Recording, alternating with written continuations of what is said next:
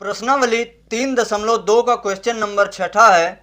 एक रैखिक समीकरण 2x + 3y - 8 = 0 दी गई है।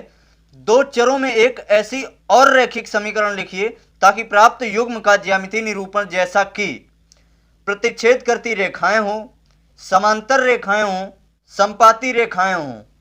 बच्चों, इस क्वेश्चन को सॉल्व करने के लिए जो हमारे पास समीकरण दे रखा है वो है 2x + 3y - 8 = 0। अगर इस समीकरण में देखा जाए तो a1 की वैल्यू हमें यहां से 2 मिलती है, b1 की वैल्यू 3 मिलती है और c1 बराबर -8 दे रखा है। अब जो कंडीशन फर्स्ट है वो ये दे रखी है कि प्रतिच्छेद करती रेखाएं होना चाहिए, दूसरी समांतर रेखाएं होना चाहिए और तीसरी संपाती रेखाएं होना चाहिए।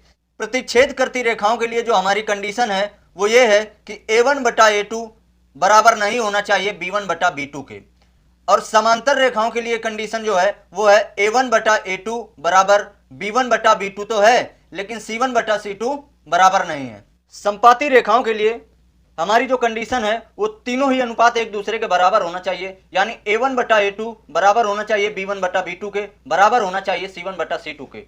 तो आइए अब हम इस क्वेश्चन को सॉल्व करते हैं। तो पहली वाली जो कंडीशन है वो प्रतिच्छेद करती रेखाएं हैं और यहाँ a1 बटा a2 बराबर नहीं होना चाहिए b1 बटा b2 के। तो यहाँ हमें जो a1 की वैल्यू है वो 2 मिलती है, a1 2 है और b1 की वैल्यू यहाँ से 3 मिली है। अब a2 और b2 हमें इस हिसाब से सोचना है कि ये a1 बटा a2 बराबर b1 बटा b2 नहीं होना चाहिए। तो यहाँ पे हम कुछ भी सोच सकते हैं, आप कितने भी समीकरण इसके बना सकते हैं।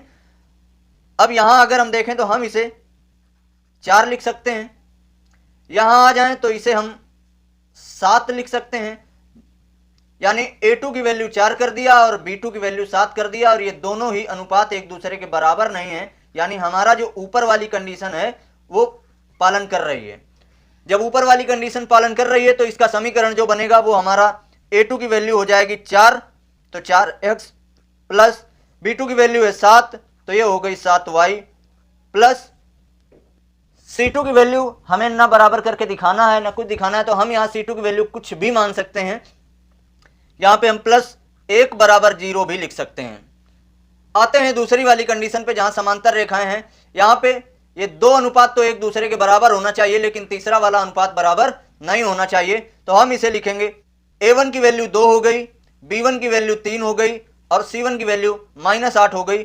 अब ये दो अनुपात तो हमें एक दूसरे के बराबर रखना है और तीसरा वाला बराबर नहीं होना चाहिए, तो इसे हम गुणज के रूप में कर सकते हैं।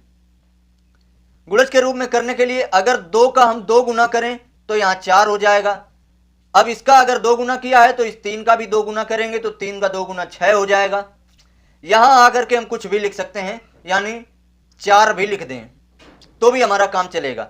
तो हमें a2 की वैल्यू 4 मिली, b2 की वैल्यू 6 मिली और c2 की वैल्यू 4 मिली। हमारा समीकरण बन जाएगा 4x प्लस ये 6 b2 की वैल्यू है तो ये 6y प्लस c2 की वैल्यू 4 है तो 4 बराबर का 0। आप कितनी भी संख्या सोच सकते हैं, शर्त यही है कि ये दो अनुपात एक दूसरे के बराबर होना चाहिए और तीसरा बराबर नहीं होना चाहिए। इसी तरीके से आते हैं तीसरी वाली कंडीशन है संपाती रेखाएं। यहां 3 के तीनों अनुपात एक दूसरे के बराबर होना चाहिए, मतलब हम यहां पे a1 की वैल्यू 2 लिखेंगे, b1 की वैल्यू 3 और c1 की वैल्यू -8 ये हमें दे रखा है। अब हम इसे कितना भी गुणज कर सकते हैं, तो हम यहां इसका 3 गुना कर देते हैं।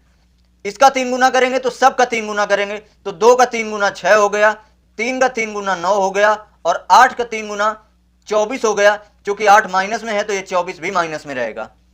अब हमारे पास a2 की वैल्यू 6 तो 6x प्लस b2 की वैल्यू 9 तो ये 9y, ये माइनस का 24, c2 की वैल्यू -24 बराबर 0।